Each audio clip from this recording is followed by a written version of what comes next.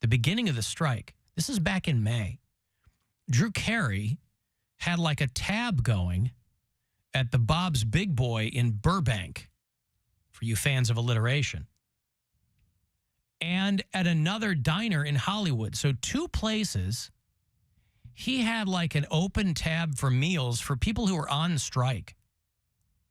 And all told, they think that he probably ended up spending about $250,000. And mere bag of shells for Drew. What's that? Yeah, that's not too much for Drew. He's worth almost $200 million. Yeah, he's got a lot of money. Well, when you're not married and don't have any kids, and you're very highly paid, that's the kind of life you can provide for yourself. But his tweet about the whole thing, when people really giving him accolades, is he said, "The writers are the people who made me rich. The people who wrote the Drew Carey Show are the ones who made me rich enough to afford this. If there's no writers, there's no money." And so he took a very pragmatic kind of approach to it, because they were writing big articles about how nice Drew Carey was. And he wasn't the only one. I mean, there were other people that were doing this kind of thing, you know, people that were highly paid performers. He makes a lot of money doing The Price is Right. But they said that it was costing him between $10,000 and $12,000 a week. And the strike was about 21 weeks long. But again, the big shock for me was, as I was looking at the small details in the story, Drew Carey from Cleveland, Ohio. I mean, how could I have missed that? You know, you'd think that he had a sitcom a long time ago. You'd think he would have put a nod to his hometown in the show. He's very absent of any Cleveland reference. Well, that's what I'm saying.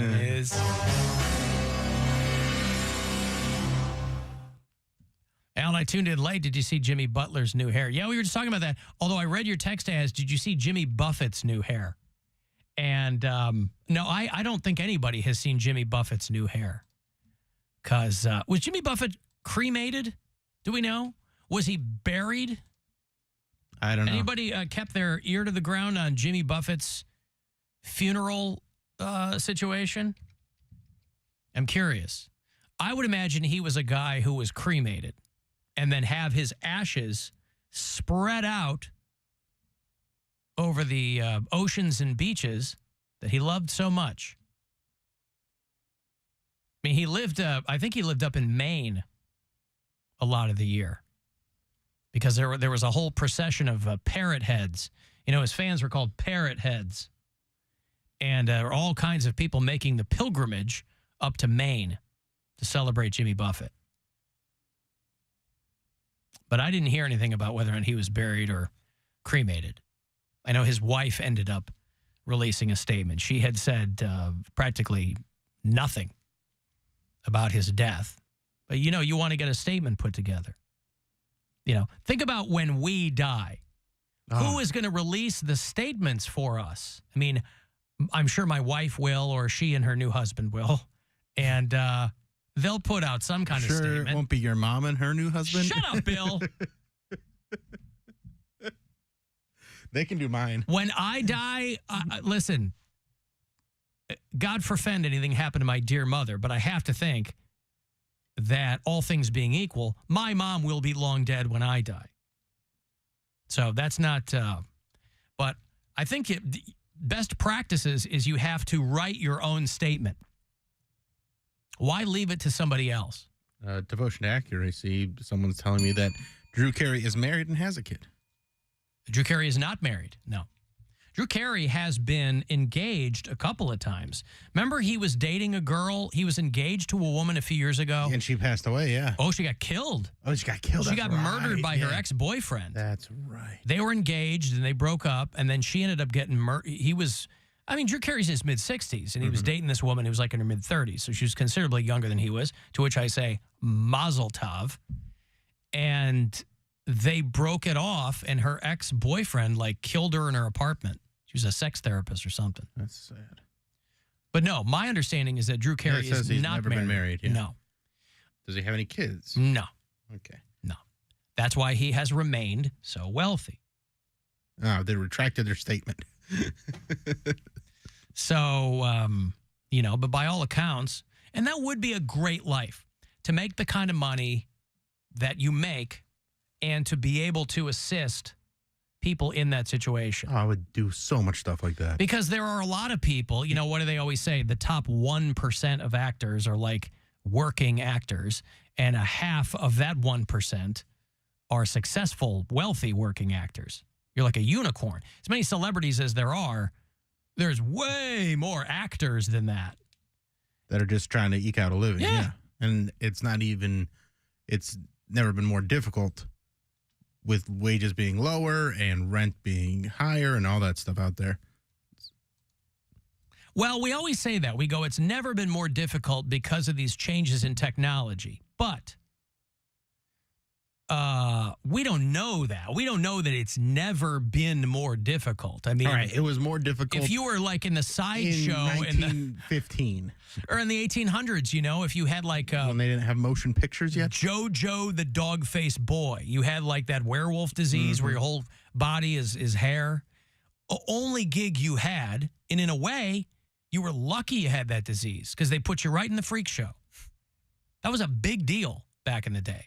They get all these people who, suffered from these conditions and these diseases that, modern medicine is largely eradicated. But back then they were like, oh, look at this guy. He's got whatever that werewolf thing is called where you've got hair all over your face. Ugh. That's your response? Yeah. Ugh. Because it's gross. It's called hypertrichosis. It's called werewolf syndrome, and it's excessive growth anywhere on the body. Freudian slip. I bet they can't wait for Halloween because everyone's like, oh my God, dude, your costume's awesome. But they look like that they probably hate Halloween. But strangers don't know that. If they just see him out there like, oh, they look at it like, Mel, that's a good one. Like, that's a good Mel? Is this person's name Mel? Is that what you said? I'm saying, like, he's walking into the store and there's a couple walking out and they're like, oh, wow, Mel, look at his costume. Mm-hmm. That's a good one. Way to stay, he walks around like that all day. He's like, way to commit, buddy. So he's like, yeah, you know what? Today I don't feel like a freak. Yeah, I mean, it's nothing that you ever see. I don't think you see this in this country. You see this in places like India. These are diseases that I think a lot of Western medicine has at least mitigated. Why is it over there and not over here? Because I got 1 billion people, and there's multiple places around the entire country that don't have plumbing, and they're just dumping crap into the rivers, and so there's all kinds of wild, just bacterial things going on, and it's a completely different situation. Now, we in this country, if people who run things have their way, we will catch up to that. Factory farms just want to dump crap in the rivers and the lakes, and so they want us to all be walking around looking like werewolves too. And I blame Big Halloween. Because I think you're onto something. I think that it is playing the long game for these Halloween big box stores to get everybody over here suffering from something along the lines of hypertrichosis.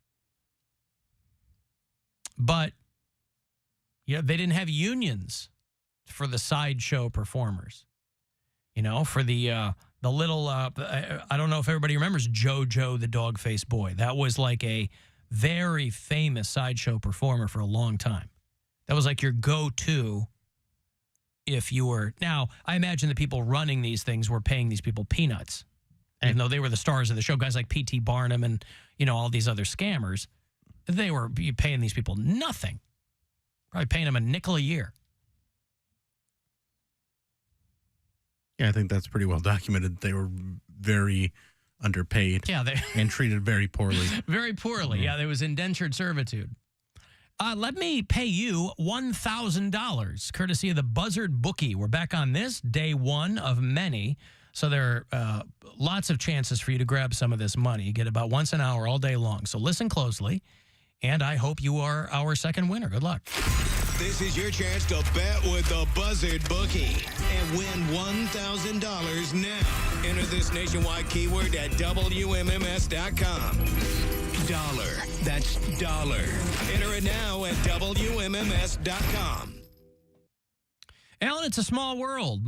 This is a text. My husband's mom used to get paid by Drew Carey to stomp on his nuts. Now, That is merely hearsay and conjecture, and we would have absolutely no way of knowing whether or not that was true or false.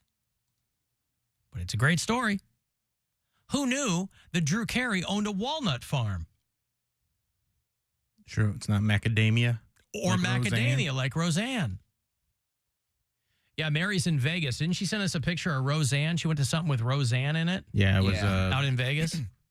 podcast taping with Roseanne at it, and Mary said, Roseanne is out of her mind. And it's like, yeah. You're just coming to this conclusion now? Where? You had to see it live and in person? I wonder why that is.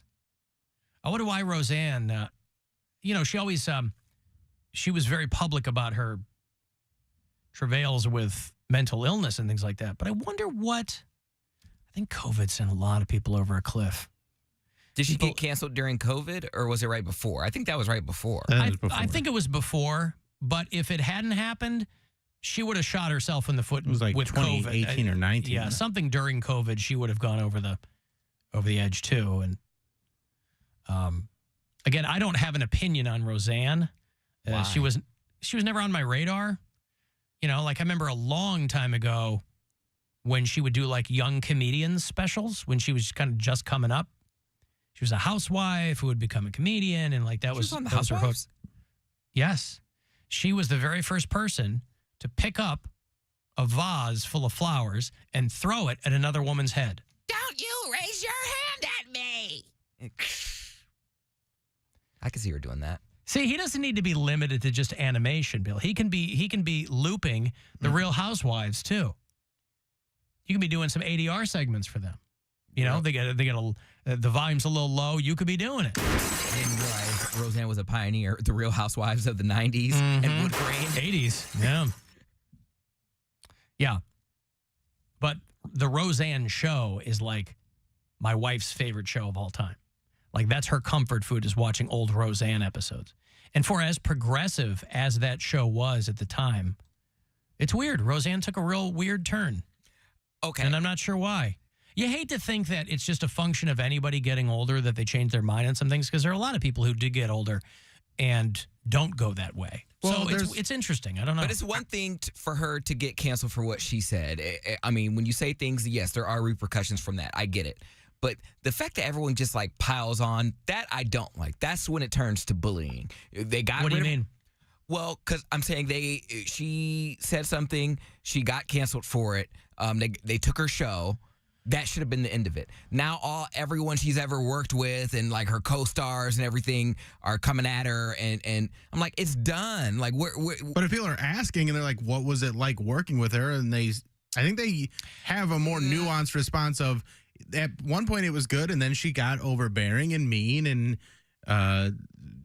crazy. And I feel like at a certain point it just becomes bullying. Yeah, but I'm it's like, also, she's gone. But it's not. No, but she didn't go away. It's not like she closed her mouth and said, I'm going to go on an island somewhere and you're never going to hear from me again. But it's one person against a bunch of people, and I don't like that either. Well, she's one person, so let her be loud. Aren't you the one who always talks about like the vast minority?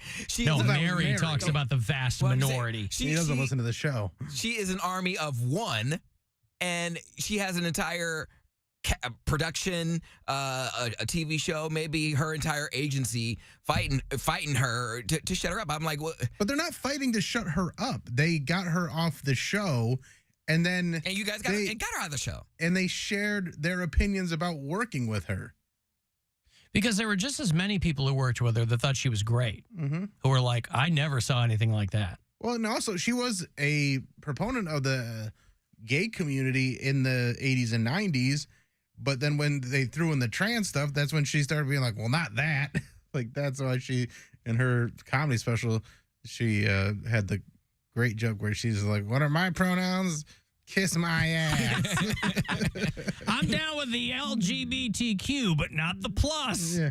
Well, no, the plus is where I draw the line. Well, the T is the trans. Yeah, I don't want the T. What's the Q? Queer. I thought it was or curious. questioning. Q is questioning. Queer yeah. questioning. She doesn't. She's.